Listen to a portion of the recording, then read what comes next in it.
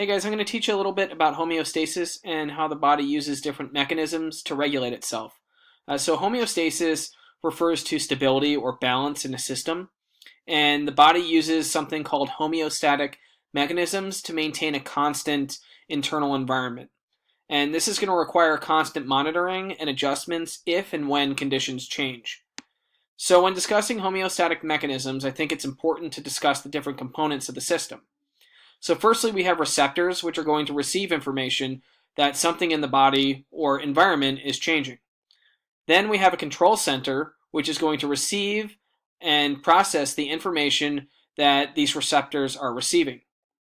Eventually, we have effectors, which are going to respond to the commands of the control center.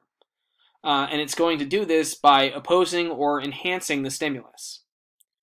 So homeostatic mechanisms run constantly. It's an ongoing process. The internal and external environments are constantly changing, and adjustments must be made so that the body can adapt. So a great example of homeostasis is cruise control on a car.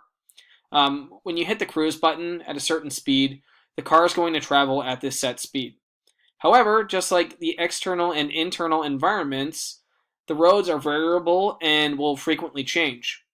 When the car goes up a hill, for example, the cruise control will notice that the speed is dropping, and the engine will inject fuel to accelerate, and this is going to compensate for the decrease in speed. And the opposite is going to happen when going down a hill. So there are two different types of homeostatic mechanisms. There's negative and positive feedback loops.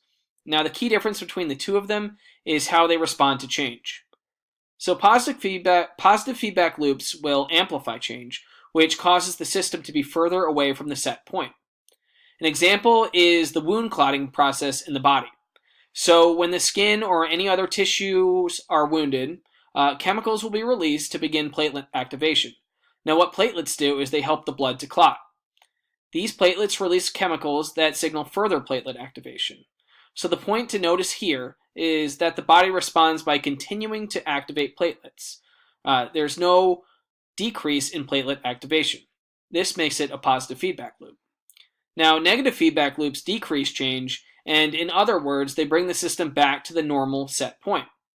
This means that the output is lessened. So the classic example is the regulation of body temperature. When temperature rises above the normal 98.6 degrees Fahrenheit, the body sweats and blood rises to the surface so that it can be cooled. Now, when temperature falls below 98.6 degrees, goosebumps develop on the skin, and the skin is tightened and the heat is retained. So the body likely uses negative feedback systems to return to normal settings. Positive feedback loops don't necessarily result in a return to normal. Rather, they result in a bodily change, which may be further away from homeostasis. So when maintenance is required, negative feedback loops are going to be much more effective.